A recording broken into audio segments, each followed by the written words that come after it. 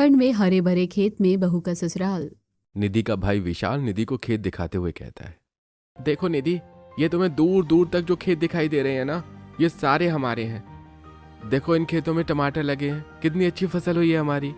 हाँ विशाल भैया, सचमुच ये फसल तो बहुत अच्छी लग रही है। और देखो निधि, यहाँ बैंगन लगे हुए हैं, इधर हरी धनिया, हरी मिर्च और बाकी की सब्जियां लगी हुई हैं, और उस साइड पत्ता गोभी लगी है। भैया आसपास के जितने खेत हैं सब हमारे हैं ना? हाँ निधि, तुम तो जानती हो कि हमारे पिताजी बहुत बड़े किसान हैं, ये सारे खेत उन्हीं के हैं। विशाल काफी देर तक निधि को अपने खेत दिखाता रहा। उसके बाद विशाल कहता है, निधि शाम हो रही है, ठंड बढ़ रही है, चलो घर चलते हैं। उसके बाद निधि और विशाल दोनों घर आ जाते हैं। निधि घर आते ही रसोई में जाती है और अपनी माँ से कहती है, माँ बहुत ठंड लग रही है। और माँ खाना बन गया क्या? मुझे बहुत भूख भी लगी है। नहीं बेटा, खाना तो नहीं बना है, लेकिन तू मेरे साथ खाना बनवाने में मदद कर ले। तेरे पिताजी भी शहर से आते ही होंगे। क्यों माँ, आज शीलाबाई नहीं आई क्या काम करने के लिए, जो आप मुझे खाना बनवाने के लिए कह रही है? और इतनी ठंड में मैं भला कोई काम क्यों करूंगी? बेटा शीलाबाई तो आई है, लेकिन अब तुझे भी तो खाना बनाना सीखना चाहिए। तुझे तो पता है तेरी शादी की बातें चल रही है। जब तेरी शादी होगी तो तू ससुराल जाएगी, कम से कम तुझे खाना बनाना तो आना ही चाहिए ना। ओह माँ, मैं अपने ससुराल में बिल्कुल भी काम नहीं करूंगी। जब मैंने अपने मायके में काम नहीं किया तो मैं अपने ससुराल में काम क्यों करूं? हे भगवान, इस पागल लड़की को कौन समझाए कि मायके और ससुराल में फर्क होता है। अच्छा ठीक है, वैसे तुझे बहुत जोर से ठंड लग रही है, तू अपने कमरे में जाकर रूम हीटर चालू करके आराम से बैठ जा। पापा आ जाएंगे तो मैं खाना लगा दूंगी। निधि अपने कमरे में चली जाती है और रूम हीटर चालू करके अपनी शानदार बेड पर लेटकर टीवी ऑन करके टीवी देखने लगती है। थोड़ी देर बाद निधि के पिता कमल निधि को हॉल से आवाज देते हैं, अरे निधि बेटा, अरे ओ निधि बेटा, कहाँ गई तू? लगता है पिताजी आ गए। निधि भागकर हॉल में आती है और अपने पिताजी के गले लग जाती है। फिर कमल उसे शॉपिंग बैग देते हुए कहते हैं, मेरा प्यारा बच्चा, देख बेटा, मैं तेरे लिए शहर से क्या क्या गिफ्ट लाया हूँ। इसमें ढेर सारे कपड़े हैं, तेरे लिए स्वेटर है, सैंडल है, और हाँ, तुझे लाइट्स पसंद है ना, तो तेरे कमरे के लिए बहुत सारी लाइट्स भी लेकर आया हूँ। पिताजी आप सचमुच बहुत अच्छे हैं, थैंक यू सो मच। निधि सोफे पर बैठकर अपने गिफ्ट खोलने लगती है। तभी शिवानी वहां आती है और ये सब देखकर कहती है, ये क्या जी, आप फिर निधि के लिए इतना सारा गिफ्ट ले आए? अभी तो आप पिछले ही हफ्ते उसके लिए इतनी सारी चीजें लाए थे, इतना खर्चा क्यों करते हो? हो शिवानी, आखिर मैं इतना बड़ा किसान हूँ और निधि मेरी इकलौती बेटी है। भला मेरे पैसे निधि के काम नहीं आएंगे तो किसके काम आएंगे? माँ पिताजी बिल्कुल सही कहते हैं। अच्छा माँ, ये सब छोड़ो, भूख लगी है, अब आप जल्दी से खाना लगा दो। हाँ हाँ, शीलाबाई ने खाना लगा दिया है, चलो आप सब लोग भी खाना खा लो, आ जाओ। सभी लोग डाइनिंग टेबल पर आकर बैठ जाते हैं। शीलाबाई सबको खाना परोसती है और सभी लोग खाना खाते हैं। ऐसे समय बीत रहा था। एक दिन पड़ोसन वैशाली शिवानी से मिलने आती है। काफी देर बातें करने के बाद वैशाली शिवानी से कहती है, शिवानी बहन, तुम तो जानती ही हो कि मेरी बेटी पायल का रिश्ता पास ही के गांव में ही हुआ है। इस गांव में एक बहुत बड़े किसान है माधवलाल। मैं तो कहती हूँ अपनी बिटिया निधि का रिश्ता माधवलाल के बेटे अमित से कर दो। कमल भाई साहब की तरह ही वो भी बहुत बड़े लोग हैं और गांव में उनके बहुत सारे खेत हैं। हाँ वैशाली बहन, अच्छा किया जो तुमने बताया। मैं जरा निधि के पिताजी से बात कर लूँ, फिर एक दिन हम उन्हें निधि को देखने के लिए बुला लेंगे। अच्छा बहन, तुम बात करके बताना, अब मैं चलती हूँ। फिर शाम होते ही ठंड बढ़ जाती है, फिर आऊंगी। ऐसा कहकर वैशाली चली जाती है। शाम को शिवानी कांपते हुए कमरे में आती है और रूम हीटर चालू करके कहती है, ठंड तो एकदम से ही बढ़ गई है, वैसे मुझे आपसे कुछ बात करनी है। फिर शिवानी सारी बातें कमल को बताते हुए कहती है, वैशाली बहन बता रही थी कि बहुत अच्छा रिश्ता है, क्यों ना हम लड़के वालों को निधि बिटिया को देखने के लिए बुलवा ले। हाँ हाँ शिवानी, आखिर हमें अपनी बिटिया की शादी तो करनी ही है। अगर रिश्ता अच्छा है तो तुम उन्हें बुला लो। शिवानी फोन करके वैशाली को खबर कर देती है और वैशाली अगले दिन लड़के वालों को बुला लेती है। लड़के वाले निधि को देखते हैं। सभी को निधि बहुत पसंद आती है। तब मालती शिवानी से कहती है, बहन जी, आपकी लड़की बहुत ही अच्छी है और मुझे तो निधि बहुत पसंद है। हमारी तरफ से रिश्ता पक्का समझिए। दादी, मुझे भी होने वाली चाची बहुत पसंद है। वैसे हम चाची को घर कब ले जाएंगे? बबलू की बात सुनकर सभी लोग हंसने लगते हैं। हाँ बहन जी, अगर हम भी एक नजर लड़के को देख लेते तो अच्छा रहता। वैसे आपका बेटा आया नहीं क्या? क्या बताऊं बहन जी, उसके पिताजी का इतना बड़ा कारोबार है और उसे ही संभालना पड़ता है। आए दिन उसे शहर जाना पड़ता है। आज भी वो किसी काम से शहर गया हुआ है। लेकिन आप चिंता मत कीजिए, जब आप लोग हमारा घर देखने आएंगे तब लड़का आपको वहीं मिल जाएगा। हाँ भाई साहब, अब आप लोग हमारे घर खेत सब कुछ अपनी आंखों से आकर देख लीजिए और लड़के से भी मिल लीजिएगा। मालती, किशोर और अनिमेश तीनों बातें कर रहे थे, लेकिन अस्मिता चुपचाप बैठी थी। सारी बातें होने के बाद अनिमेश कहता है, ठीक है तो अब हम चलते हैं, जितनी जल्दी हो सके आप लोग हमारे घर आ जाइए। ऐसा कहकर मालती और उसके परिवार वाले वापस लौट जाते हैं। ऐसे कुछ दिन बीत जाते हैं और एक दिन कमल शिवानी से कहता है, शिवानी, चलो हम भी किशोर भाई के घर चलते हैं और उनके बेटे से मिलकर उनके खेत और घर देखकर आ जाते हैं। अगर सब कुछ ठीक रहा तो हम निधि की शादी किशोर जी के बेटे से तय कर देंगे। ठीक है जी, मैं तैयार हो जाती हूँ, तब तक आप विशाल को भी खबर कर दीजिए, हम आज ही चलते हैं। थोड़ी देर बाद कमल, शिवानी और विशाल पड़ोसी गांव में किशोर के घर पहुंच जाते हैं। घर काफी बड़ा था। निधि के माता पिता और भाई इतना बड़ा घर देखकर बहुत खुश होते हैं। तब किशोर कहता है, देखिए भाई साहब, हमारा बेटा खेतों में मजदूरों से काम करवा रहा होगा। चलिए मैं आपको खेत भी दिखा देता हूँ और आप हमारे बेटे से भी मिल लीजिए। ऐसा कहकर किशोर उन लोगों को अपने खेतों पर ले जाता है और अपने खेत दिखाते हुए कहता है, देख रहे हैं आप लोग, आपकी नजरें जहाँ तक जाती हैं ये सारे खेत हमारे ही हैं। और देख रहे हैं हमारे अमित को खेतों में काम करते हुए। लेकिन ये अमित भाई खेतों में काम क्यों कर रहे हैं? इन्हें तो मजदूरों से काम करवाना चाहिए। दरअसल हमारा बेटा बहुत मेहनती है। इतने सारे मजदूर होने के बाद भी वो खुद अपने खेतों में काम करता है। वो कहता है कि अपने खेतों में अपने हाथों से काम करने का मजा ही कुछ और है। उसके बाद किशोर अमित को बुलाकर सभी से मिलवाता है। अमित और उसका परिवार कमल को बहुत पसंद आता है और इस तरह अमित और निधि का रिश्ता पक्का हो जाता है। समय बीतने के साथ 2 महीनों के अंदर ही निधि की अमित से धूमधाम से शादी हो जाती है और निधि दुल्हन बनकर अमित के घर आ जाती है। शिल्पा निधि की आरती उतारते हुए कहती है, आइए भाभी जी, दाहिने पैर से कलश गिराकर घर प्रवेश कीजिए। जल्दी आइए, बाहर बहुत ठंड है। हाँ, लेकिन उससे पहले मेरा नेक तो दे दीजिए, आखिर इकलौती ननद हूँ आपकी। अरे नेक ले लेना, पहले हमें अंदर तो आने दे। निधि कलश गिराकर गृह प्रवेश करती है। तब मालती निधि को शिल्पा से मिलवाते हुए कहती है, बाहू, ये तुम्हारी नंद है शिल्पा, तुम्हारी शादी अटेंड करने के लिए आई है, वरना ये शहर में रहकर कॉलेज पढ़ती है। निधि शिल्पा को देखकर मुस्कुराती है और उसे अपनी एक सोने की अंगूठी उतारकर नेक के रूप में दे देती है। और फिर वो देखती है कि उसका घर काफी छोटा है। ये देखकर निधि मन ही मन सोचती है, माँ और पिताजी ने तो कहा था कि मेरे ससुराल वाले बहुत अमीर हैं, बिल्कुल मेरे पिताजी की तरह, और मेरे ससुर एक बड़े किसान हैं, लेकिन ये लोग इतने छोटे घर में रहते हैं। मुझे पता है देवरानी जी सोच रही होगी कि इतने छोटे घर में उनके माँ बाप ने उनकी शादी कैसे तय कर दी, कैसे रहते हैं। उन्हें क्या पता कि उनके माता पिता को पड़ोसियों से उधार लेकर बड़ा घर दिखाया गया था। निधि के मन में बहुत सारे सवाल थे, लेकिन उनका कोई जवाब नहीं था। अब अस्मिता निधि को उसके कमरे तक छोड़ देती है। निधि चेंज करके बेड पर बैठ जाती है और अमित से बातें करने लगती है। तभी अमित कहता है, निधि, मुझे यकीन नहीं आता कि तुमने इतने अमीर घर की लड़की होकर हम जैसे गरीब घर में शादी क्यों कर ली। इसका मतलब कि मेरा शक सही निकला। ये लोग बहुत गरीब है और इन्होंने मेरे माता पिता को धोखा देकर मुझसे शादी की है, लेकिन मेरे पति को इसके बारे में कुछ नहीं पता। क्या सोच रही हो निधि? तुमने मेरी बातों का कोई जवाब नहीं दिया। अब तो यही मेरे पति है और इन्हें सच बताकर दुखी करने का कोई फायदा नहीं है। आप बहुत अच्छे हैं, पैसों का क्या है, वो तो जीवन में आते जाते रहते हैं, लेकिन जीवन साथी अच्छा हो तो जीवन अच्छा हो जाता है। बस इसलिए मैंने आपसे शादी की। ये सुनकर अमित बहुत खुश हो जाता है। अगली सुबह निधि तैयार होकर अपनी सास के पास आती है। तब उसकी सास उससे कहती है, बहू, आज तुम्हारी मुंह दिखाई की रस्म है, थोड़ी देर में मोहल्ले की औरतें आती ही होंगी, तुम ऐसा करो कि सभी के लिए हलवा बना दो। अरे वाह, चाची अगर हलवा बनाएंगी तो मैं भी खाऊंगा। हाँ हाँ बबलू, जरूर खाना। ठीक है माची, मैं हलवा बना लेती हूँ। निधि अपनी रसोई में जाती है और हलवा बनाने की तैयारी करने लगती है। तभी अस्मिता वहां आती है और कहती है, देवरानी जी लाइए, मैं आपकी हलवा बनाने में मदद कर देती हूँ। हाँ स्मिता भाभी, मुझे सूजी और शक्कर मिल ही नहीं रही है, प्लीज आप मुझे निकाल कर दे दो। अस्मिता निधि को सूजी और शक्कर निकाल कर दे देती है और कहती है, देवरानी जी, और किसी भी तरह की मदद की जरूरत हो तो मुझे जरूर बताना। ऐसा कहकर अस्मिता वहां से चली जाती है। निधि सभी के लिए हलवा बनाती है। तब तक मुंह दिखाई के लिए सभी औरतें आ चुकी होती हैं। निधि सभी को हलवा लाकर देती है। सभी औरतें हलवा खाती हैं और निधि की तारीफ करते हुए विमला कहती है, मालती बहन, तुम्हारी बहू तो बहुत सुंदर है और उसने हलवा भी बहुत अच्छा बनाया है। बहन, मैंने तो सुना है कि तुम्हारी बहू बहुत ही अमीर घर से है, तो बहन इसने इतने गरीब घर में रिश्ता कैसे कर लिया? इन पड़ोसियों को क्या पता कि हमारे ससुराल वालों ने धोखे से झूठ बोलकर ये रिश्ता किया है। वो तो देवरानी जी का बड़प्पन है कि सच जाने के बाद भी उन्होंने किसी से कुछ नहीं कहा। अरे बहन, हमारी बहू बहुत संस्कारी है, उसे पैसों के कम या ज्यादा होने से कोई फर्क नहीं पड़ता। उसने तो मेरी बेटी की अच्छाई देखकर उससे शादी की है। पड़ोसी काफी सारी बातें करते और फिर चले जाते हैं। शिल्पा भी निधि से सारा दिन बातें करती है, फिर शाम को वो शहर लौट जाती है।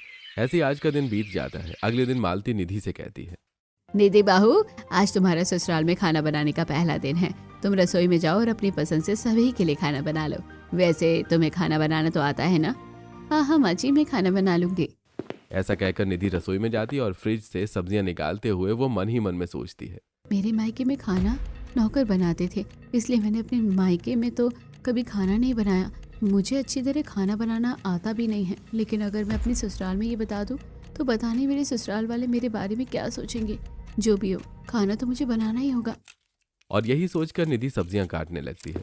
तभी अस्मिता वहां आती है और निधि को सब्जियां काटते देखकर कहती है, देवरानी जी, मुझे पता है कि आप बहुत बड़े घर से आई हैं। जरूर आपके घर में नौकर चाकर खाना बनाते होंगे और आपको खाना बनाना नहीं आता होगा। हाँ भाभी, आप बिल्कुल सही कह रही हो, लेकिन मैं ये बात अपने ससुराल वालों को तो नहीं बता सकती ना, क्योंकि उन्हें बुरा लगेगा। हाँ देवरानी जी, ये तो आपका बड़प्पन है कि आप उन लोगों के बारे में ऐसा सोचती हो जिन्होंने आपको इस परिस्थिति में फंसाया है। नहीं जेठानी जी, मुझे किसी ने नहीं फंसाया, बल्कि मेरा भाग्य मुझे यहीं लेकर आया है। मैं अपने पति और अपने ससुराल वालों से बहुत खुश हूँ, इसलिए मुझे इस बात का कोई भी अफसोस नहीं है। देवरानी जी, आपकी सोच बहुत अच्छी है, वरना मुझे तो ऐसा लगता है कि हमारी किस्मत ही खराब है। इस छोटे से घर में कभी हमारी इच्छाएं पूरी ही नहीं हो पाई। कोई बात नहीं, चलिए मैं आपके साथ खाना बनवा देती हूँ। ऐसा कहकर अस्मिता निधि के साथ खाना बनाना शुरू करती है। सबसे पहले अस्मिता सब्जी में तड़का देती और निधि को आटा गूंथना सिखाती है। उसके बाद वो दाल तड़का चढ़ाती है और अंत में रोटियां बनाते हुए निधि को रोटियां बनाना सिखाती है। आपस में बातें करते हुए देवरानी जेठानी सारा खाना बना लेती हैं। खाना डाइनिंग टेबल पर लगा देती हैं और सभी लोग खाना खाने लगते हैं। खाना खाकर निधि के ससुर कहते हैं, अरे बहू, तुमने तो बहुत ही स्वादिष्ट खाना बनाया है। मैं और मालती सोच रहे थे कि पता नहीं बहू को खाना बनाना आता भी है या नहीं। हाँ निधि, सचमुच तुमने बहुत स्वादिष्ट खाना बनाया है। निधि अस्मिता को देखकर मुस्कुराती है। सभी लोग खाना खाते हैं और निधि को कुछ पैसे नेक के रूप में दे देते हैं। तब बबलू कहता है, क्या मुझे भी चाची को नेक देना होगा? मेरे पास तो पैसे ही नहीं है। नहीं बबलू बेटा, तुम्हें बल्कि मैं तुम्हें नेक दूंगी। ये रहा मेरी तरफ से तुम्हारे लिए नेक। ऐसे कुछ दिन बीत जाते हैं और निधि अपने ससुराल में काफी घुल मिल जाती है। एक दिन सभी लोग हॉल में बैठकर बातें कर रहे होते हैं। तभी किशोर वहां आता है। किशोर को परेशान देखकर मालती कहती है, क्या बात है, आप इतने परेशान क्यों दिखाई दे रहे हैं? मालती, तुम सभी तो जानती हो कि जमींदार का हम पर कर्ज है। जमींदार अपना कर्ज वापस मांग रहा है और हमारे पास इतने पैसे हैं ही नहीं कि हम उसका कर्ज उतार सके। बस इसीलिए मैं परेशान हूँ। हाँ जी, अब सही कह रहे हैं। मैं तो आज आपको बताने ही वाली थी कि शिल्पा ने फोन करके फीस मांगी है, लेकिन हमारे पास तो इतने पैसे है ही नहीं कि हम उसकी फीस दे सके, और बबलू की फीस भी कई दिनों से नहीं गई है। माँ, पिताजी, परेशान होना किसी समस्या का समाधान नहीं है। हम तो मजदूर हैं ही। कल से हम और ज्यादा मेहनत करेंगे और पैसे इकट्ठा करके जमींदार का कर्ज भी चुका देंगे और शिल्पा और बबलू की फीस भी भर देंगे। देवर जी, इस ठंड में तो ये सब कुछ इतना आसान नहीं है। अगर हमारे खेत होते तो हम उनमें फसल उगाते तो ये संभव था, लेकिन दूसरों के खेतों में मजदूरी करके इतना कर्ज चुका देना बहुत ही मुश्किल है।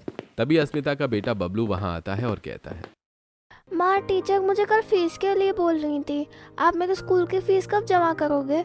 बेटा जाकर पढ़ाई करो, तुम चिंता मत करो, जल्दी हम तुम्हारी फीस जमा कर देंगे। लेकिन पिताजी, आपने तो पिछले महीने भी यही कहा था। बबलू बेटा, जिद नहीं करते। पिताजी ने कहा है ना कि तुम्हारी फीस जमा कर देंगे तो जमा कर देंगे। अभी अपने कमरे में जाकर पढ़ाई करो। बबलू अपने कमरे में चला जाता है पढ़ाई करने। तब मालती कहती है, हे भगवान, सारी समस्याएं कैसे खत्म होगी? ऐसे ही दोपहर हो जाती है और अमित कहता है, माँ, मैं खेतों में काम करने जा रहा हूँ। चल, मैं भी तेरे साथ चलता हूँ। वैसे भी अब शादी खत्म हो चुकी है, हम सबको काम पर लग जाना चाहिए। अगर आप बुरा ना माने तो मैं भी आप लोगों के साथ खेतों पर काम करने के लिए चलना चाहती हूँ। बाहर बहुत ठंड है और खेत में काम करना आसान नहीं है, तुम रहने दो। देखिए जी, अगर इंसान करना चाहे तो ऐसा भी कुछ मुश्किल नहीं है। मैं आपके साथ चलूंगी। और इस तरह निधि भी जिद करके खेतों में काम करने के लिए आ जाती है। परिवार के सभी लोग खेतों में काम कर रहे थे। वहीं अमित उसे खेतों में काम करना सिखाता है। दोनों साथ मिलकर काम करते हैं। तब अमित कहता है, निधि, तुम्हारी सोच देखकर तो ऐसा लगता है जैसे तुम कभी भी हार नहीं मानती। अमित, मुझे मेरे पिताजी ने सिखाया है कि कभी किस्मत को दोष नहीं देना चाहिए, बल्कि अपनी इस स्थिति को सुधारने का हर संभव प्रयास करना चाहिए। तुम सच कहती हो। मैं तो तुम्हारी जैसी पत्नी पाकर धन्य हो गया। अमित की बात सुनकर निधि मुस्कुरा देती है। दोनों बातें करते हुए काम करने लगते हैं। अमित निधि को टमाटर तोड़ना सिखाता है और निधि उसके साथ टमाटर तोड़ने लगती है। उसे खेतों में इस तरह काम करता हुआ देखकर अस्मिता मन ही मन सोचती है, देवरानी जी कितनी अच्छी है। इतने बड़े घर की होने के बाद भी उन्हें खेतों में काम करने से कोई परेशानी नहीं है। और एक मैं हूँ कि भगवान से हर दिन अपने ससुराल वालों की शिकायत करती हूँ। ऐसा सोचकर अस्मिता भी फिर से काम में लग जाती है। शाम को सभी लोग घर आते हैं। अस्मिता रसोई में जाकर खाना बनाने लगती है। वहीं निधि अपने कमरे में जाकर लेट जाती है। थोड़ी देर बाद अमित कमरे में आता है और निधि को छूकर देखता है तो निधि को बहुत तेज बुखार था। सभी लोगों को कमरे में बुलाता है और कहता है, माँ, लगता है निधि को ठंड लग गई है, उसे बहुत तेज बुखार है। अरे बहू, इसलिए तो मैं तुझे मना कर रही थी कि तू हमारे खेतों में काम करने मत जा। अस्मिता, बहुत जल्दी से सरसों का तेल लाकर इसके हाथ पैरों में लगा दे। मैं भी थोड़ी आग जलाकर इसके पास रख देती हूँ। अस्मिता सरसों का तेल लेकर निधि के हाथ पैरों में मालिश करने लगती है। वहीं मालती थोड़ी आग जलाकर वहां रख देती है। फिर अमित कहता है, माँ, मैं जल्दी से जाकर बुखार की दवा ले आता हूँ। हाँ हाँ बेटा, जल्दी दवा ले आना। और बबलू बेटा, तुम भी जरा अपनी चाची का सर दबा दो। ठीक है दादाजी, मैं दवा देता हूँ। बबलू निधि का सर दबाने लगता है। वहीं उसके जेठ और ससुर भी काफी चिंता करते हुए उसके पास बैठ जाते हैं। थोड़ी देर बाद अमित दवा ले आता है और निधि को खिला देता है। सभी को अपने लिए इतना परेशान होते देखकर निधि मन में सोचती है, मेरे ससुराल वाले मुझे बहुत प्यार करते हैं। मुझे इस बात की खुशी है और भगवान ने चाहा तो मैं अपने ससुराल वालों को इन सारी समस्याओं से बाहर ले आऊंगी। ऐसे 4 दिन बीत जाते हैं और निधि की तबीयत बिल्कुल ठीक हो जाती है। सुबह सुबह सभी लोग खेतों पर जाने के लिए निकल रहे होते हैं। तभी निधि सबसे कहती है, सुनिए, मेरी तबीयत बिल्कुल ठीक हो गई है और आज मैं भी आप लोगों के साथ खेतों पर चलूंगी। अरे नहीं नहीं निधि, तुम्हें खेतों पर जाने की कोई जरूरत नहीं है, हम कर लेंगे।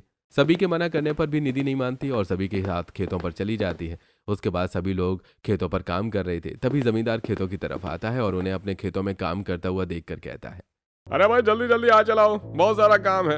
अभी तो एक तो तुम लोगों का इतना कर्जा है, ऊपर से तुम लोग इतनी धीरे काम करोगे तो कैसे काम चलेगा। जमींदार की बात सुनकर अनिमेश काम करते हुए कहता है, हाँ जमींदार साहब, हम तो मन लगाकर ही काम कर रहे हैं, लेकिन मैं कह रहा था कि इस बार हमें पैसों की थोड़ी जरूरत है, तो आप हमें थोड़े ज्यादा पैसे दे देना। अरे अनिमेश, मैं तो तुम लोगों को कितनी बार कह चुका हूँ भाई कि अगर तुम्हें ज्यादा पैसे चाहिए तो मेरी जो जमीन खाली पड़ी है उस पर खेती करो, लेकिन तुम लोग उसकी खेती करने के लिए तैयार ही नहीं होते। ऊपर से तुम्हारा इतना कर्जा है, तो भला मैं तुम्हें ज्यादा पैसे कैसे दूं। बकवास छोड़ो और काम करो। ऐसा कहकर जमींदार वहां से चला जाता है। शाम को घर आने के बाद निधि सभी से कहती है, अमित, अगर जमींदार उसके खाली खेतों में काम करने पर ज्यादा पैसे देगा तो हम उसकी खाली जमीन पर खेती क्यों नहीं करते? ये जमींदार बहुत चालाक है। ये अपनी बंजर जमीन पर हमसे खेती करवाना चाहता है जो खाली पड़ी हुई है। लेकिन अगर आप उन बंजर जमीनों को खरीद ले और उन पर खेती करें तो हमारे सारे कर्ज चुक जाएंगे और हमारे घर के हालात भी अच्छे हो जाएंगे। ये तुम क्या कह रही हो निधि? उन बंजर जमीनों पर फसल नहीं होती। अगर हमने उन बंजर जमीनों को खरीद भी लिया तो सिर्फ हम अपने पैसे बर्बाद करेंगे। देखिए, मैंने एग्रीकल्चर से ही पढ़ाई की है और अपने पिताजी को कई बंजर जमीनों को हरे भरे खेत में बदलते हुए देखा है। मुझे पता है कि ये हो सकता है। बहू, अगर हम तुम्हारी बात मान भी ले तो जमींदार के बंजर खेत खरीदने के लिए हमारे पास पैसे ही नहीं हैं।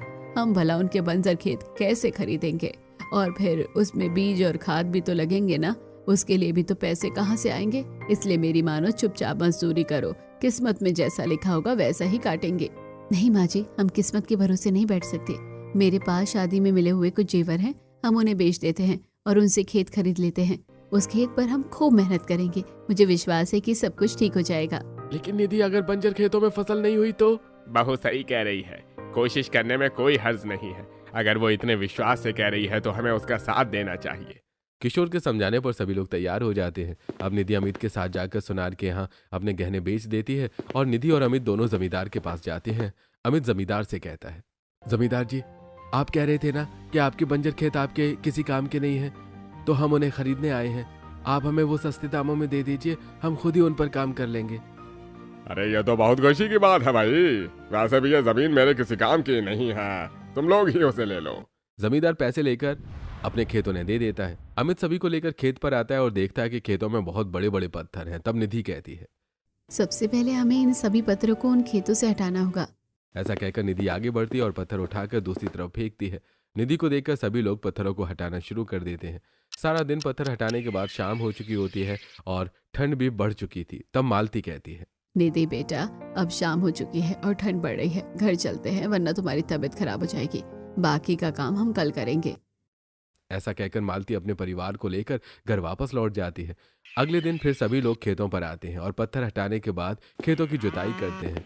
खेत जोतने के बाद निधि कहती है, अमित, हमें अपने खेतों में ऑर्गेनिक खाद और बीज डालने होंगे ताकि हमारी फसल अच्छी हो। हाँ निधि, मैं आज ही शहर जाकर ऑर्गेनिक खाद और अच्छी किस्म के बीज ले आता हूँ और कल से ही हम उन्हें उगाना शुरू करेंगे। अमित शहर जाकर अच्छी खाद और बीज ले आता है। उसके बाद निधि खेती से जुड़ी हुई कुछ और बातें सभी को सिखाती है। फिर सभी मिलकर फसल लगाते हैं और सभी बहुत मेहनत करते हैं। ऐसे कुछ दिन बीत जाते हैं और फसल पूरी तरह से तैयार हो जाती है। निधि फसलों को देखकर कहती है, माँ, पिताजी, अमित, आप लोग देख रहे हैं ना कि हमारे खेत कितने अच्छे लग रहे हैं। हाँ देवरानी जी, ये आपकी हिम्मत और हम सबकी मेहनत का नतीजा है। अस्मिता सही कह रही है बहू, हमने तो उम्मीद ही छोड़ दी थी, लेकिन तुमने हिम्मत करके कदम आगे बढ़ाया। मुझे विश्वास नहीं हो रहा कि आज हमने बंजर खेतों में भी इतनी अच्छी फसल उगा ली है। तभी बबलू खेतों से गोभी तोड़कर खाते हुए कहता है, माँ, दादी, हमारे खेत की गोभी तो सचमुच बहुत टेस्टी है। आज तो आप इसी की सब्जी बनाना और मैं अपने दोस्तों को भी यही गोभी खिलाऊंगा। बबलू की बात सुनकर सभी लोग मुस्कुराने लगते हैं और अपने अपने काम में लग जाते हैं। शाम हो रही थी और ठंड बढ़ रही थी। तब निधि कहती है, चलिए पिताजी, अब हम लोग घर चलते हैं। कल हम अपनी सारी सब्जियां तोड़कर बेचने के लिए सब्जी मंडी में बेच देंगे। निधि की बात सुनकर सभी लोग घर आ जाते हैं।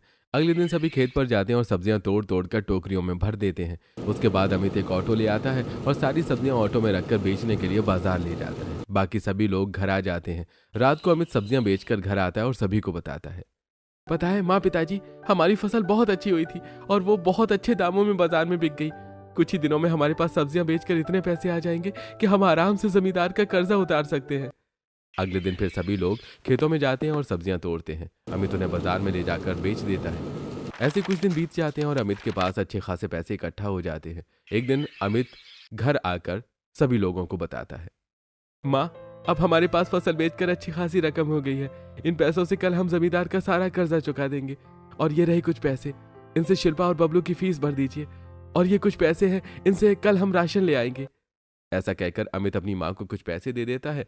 ये देखकर निधि बहुत खुश होती है। रात को निधि अपने कमरे में होती है। तभी अमित वहां आता है और एक निधि को चांदी की पायल देते हुए कहता है, निधि, ये गिफ्ट तुम्हारे लिए है मेरी तरफ से। अरे ये तो बहुत ही सुंदर है, आप अपने हाथों से ही मेरे पैरों में पहनाइए। अब अमित निधि के पैरों में पायल पहना देता है। निधि ये देखकर बहुत खुश हो जाती है। ऐसे कुछ दिन बीत जाते हैं। एक दिन निधि के मायके वाले उसे मिलने आते हैं और उसके घर पहुंचते ही उसके पिताजी गुस्से में कहते हैं, निधि बेटा, हमें सब कुछ पता चल गया है कि कैसे तेरे ससुराल वालों ने हमें धोखा देकर तेरी शादी कर ली और कैसे तू आज अपने छोटे से घर में रह रही है और खेतों में काम कर रही है। हाँ निधि बेटा, हमने तुझे इतनी लाड प्यार से पाला था और तू आज खेतों में काम कर रही है। हम तुझे एक मिनट के लिए भी यहाँ नहीं छोड़ेंगे। अभी हमारे साथ चल। हाँ मेरी बहन, इन लोगों ने धोखाधड़ी की है, इन सबको जेल में होना चाहिए। विशाल, शिवानी और कमल की बात सुनकर निधि के सभी ससुराल वाले डर जाते हैं। वहीं अमित को भी आज पहली बार पता चलता है कि निधि की शादी उसके घर वालों ने धोखे से अमित से करवाई थी। ये सब सुनकर अमित कहता है, निधि, मुझे सचमुच में पता नहीं था कि मेरे घर वालों ने तुम्हें धोखा दिया है और शायद हम सबकी यही सजा है कि तुम हमें छोड़कर चले जाओ। पिताजी भैया, मैं जानती हूँ कि आप लोग मुझसे बहुत प्यार करते हैं, लेकिन आप विश्वास कीजिए कि मेरे ससुराल वाले भी मुझसे बहुत प्यार करते हैं। मैं अपने ससुराल में बहुत खुश हूँ और जो भी हुआ उसके लिए मैंने अपने ससुराल वालों को माफ कर दिया है, इसलिए आप लोग भी उन्हें माफ कर दीजिए। निधि की बात सुनकर उसके मायके वाले उसके ससुराल वालों को माफ कर देते हैं और खुशी खुशी अपने घर लौट जाते हैं। निधि भी खुशी खुशी अपने ससुराल वालों के साथ अपना जीवन गुजारने लगती है।